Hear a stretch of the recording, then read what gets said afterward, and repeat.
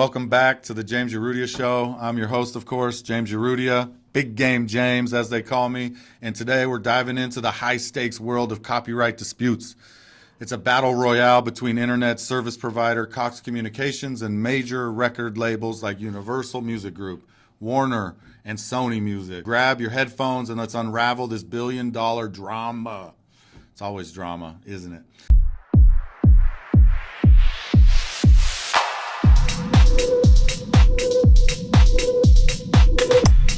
Picture this, Cox Communications, one of the biggest players in the internet service provider arena, finds itself at the center of a legal storm. Back in 2018, over 50 record labels joined forces to sue Cox, alleging that the company turned a blind eye to piracy on its network. Fast forward to 2019, and a Virginia jury slapped Cox with a jaw-dropping yes, you heard me right, $1 billion in damages for copyright violations involving over 10,000 music copyrights. But hold on to your hats, folks, because the plot thickens. Just last month, a fourth U.S. Circuit Court of Appeals threw a curveball, overturning part of that verdict, deeming it unjustified. Now, both Cox and the record labels, of course, are fighting in court, with Cox arguing that it shouldn't be held liable at all. Of course, the defendant never wants to pay, while the labels are fighting tooth and nail to reinstate the hefty award. Cox is not holding back. They're not mincing words. They're firing back, claiming that the current regime places ISPs under an unfair burden. According to Cox, ISPs like themselves could potentially face liability simply because someone using their internet connection downloaded infringing songs. It's a David versus Goliath battle, with Cox painting themselves as the underdog fighting against an unjust system. Now, of course, Cox is not going to get much sympathy from any of us. Sorry, Cox, we all hate you. Meanwhile, the record labels are pulling no punches. They're urging the appeals court to reinstate the billion-dollar verdict, arguing that Cox had waived its right to challenge the award, basically procedural arguments. And we'll see what the court does with it. It's a high-stakes showdown with billions on the line, and that's what makes it fun. I just told somebody recently that the best part of litigation, I don't need to gamble anymore in Las Vegas. I'm gambling every day. And so we will find out how this case will end up pretty soon, and it could change copyright law as we know it. I love when defendants, and this is what sucks though about the court system for plaintiffs in general, is you put all this work in, you get the big verdict. In this case, the artists got $1 billion verdict. So all these artists put in all this time, all this work, and the outcome is fantastic. And then, of course, Cox, the defendant, just gets to waste more court judicial time, gets to appeal and keep fighting. They try to get the verdict lower, et cetera, et cetera, et cetera. And so this is what just makes the court system very challenging. And this is why we recommend settlements for clients. Majority of cases settle because at least you have some finality to your case. Yes, a lot of cases deserve the justice of a verdict that a verdict provides. And we want to try those cases that deserve verdicts, but there's a majority of our cases, in particular injury cases, civil rights cases. It's just best to settle these for the plaintiffs because it provides finality. These are normal people living one lifetime. And do you really want to spend 15 years of your life in litigation, fighting appeal after appeal after appeal? No. I had one client tell me when I was an early attorney who that happened to. He had our firm got a big verdict for him. It took the underlying incidents that resulted in that verdict occurred in 2005. That initial verdict didn't happen until 2012. Great jury verdict, $10 million. Well, I'll never forget Christmas Eve, December 24th, 2014, Nevada Supreme Court issues an opinion on that case, and the entire $10 million verdict got thrown out.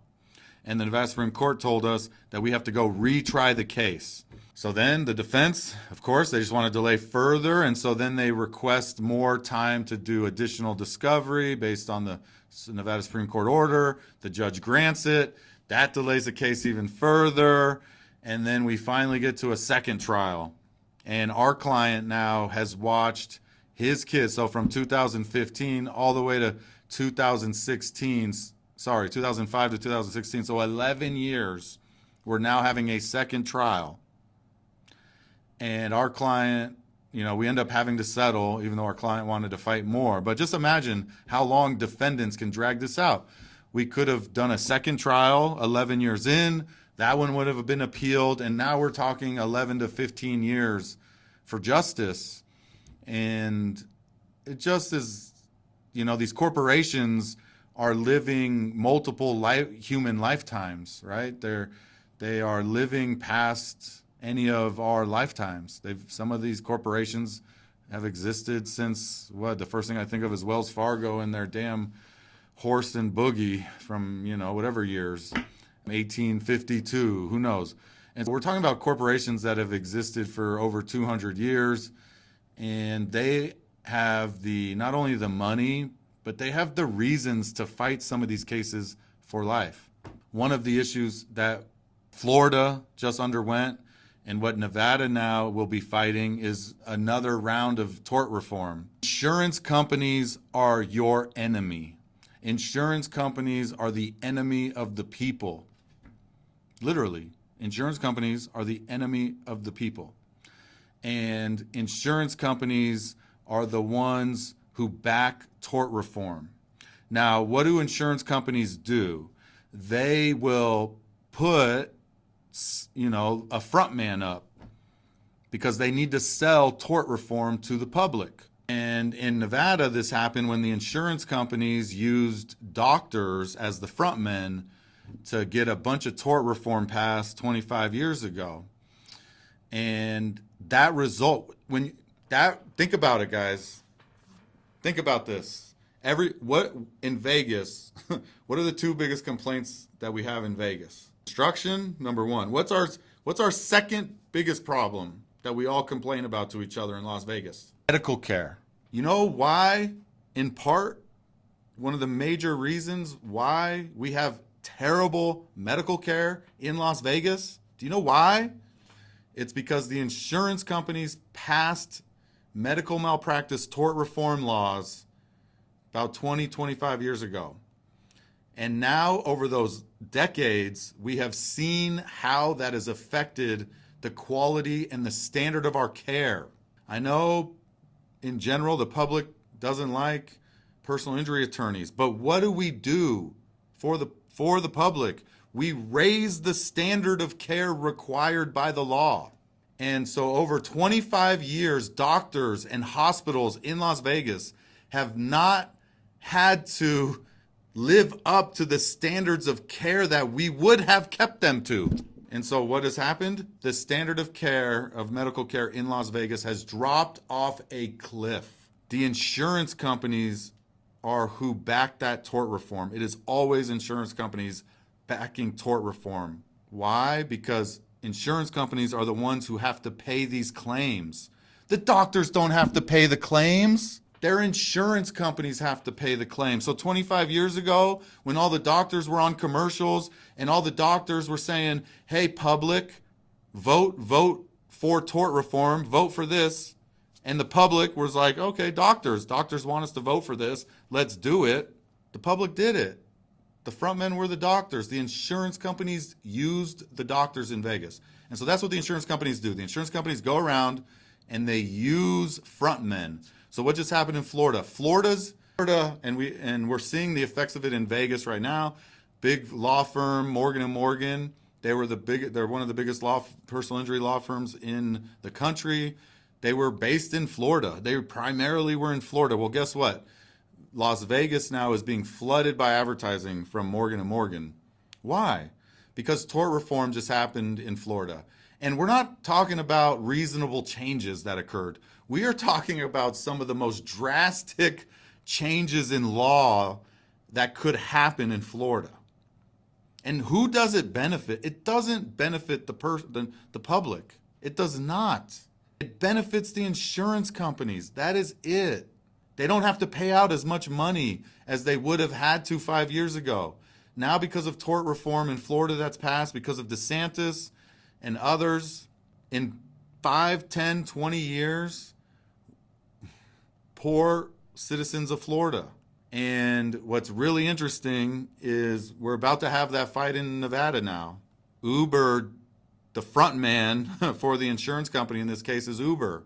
Uber just announced this week that they are proposing a bill to cap for tort reform in Las Vegas, in Nevada. Uber is the front man for the insurance companies. Why? Uber is proposing a cap on attorney fees. It is the exact same thing that happened to medical tort reform. They put a cap on attorney fees. And so the standard of care fell off a cliff.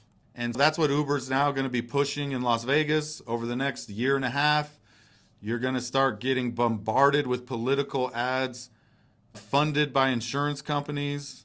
Uber as the face of it, about tort reform, about capping attorney fees on car crash cases. They were, the insurance companies were successful in Florida. Now they're coming into Nevada and they're trying to do this. Am I biased? Sure, I'm biased. Sure.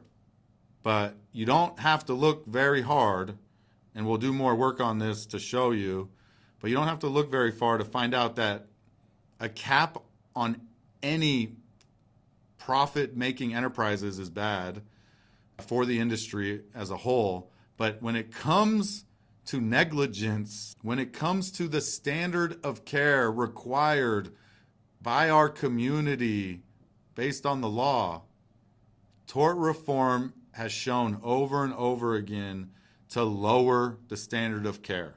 Uber and its insurance companies are tired of paying money for when their drivers cause crashes. That's what's happening.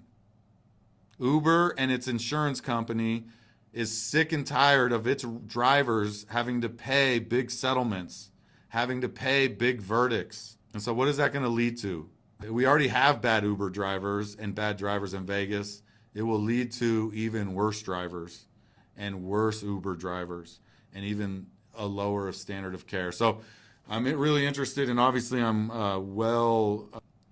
have a strong self-interest in this new insurance company tort reform that's going to be happening in Nevada. Look for it. I'm predicting it. Uber's the face of it. Insurance companies are the ones backing it. And any politician, any person that is for the Uber tort reform in Las Vegas should be voted out of office immediately. Do not trust anyone who supports the insurance companies. Insurance companies are your enemy. Uber is your enemy in this regard. They're going to be the front man for tort reform in Las Vegas this round of tort reform, and we need to fight against it. All right, thanks again for following the James Urrutia Show. Big Game James here. We'll see you on the next episode. Thank you for sharing this episode with everyone. Thank you for subscribing. Thank you for your comments. We really appreciate it, and we'll see you next time.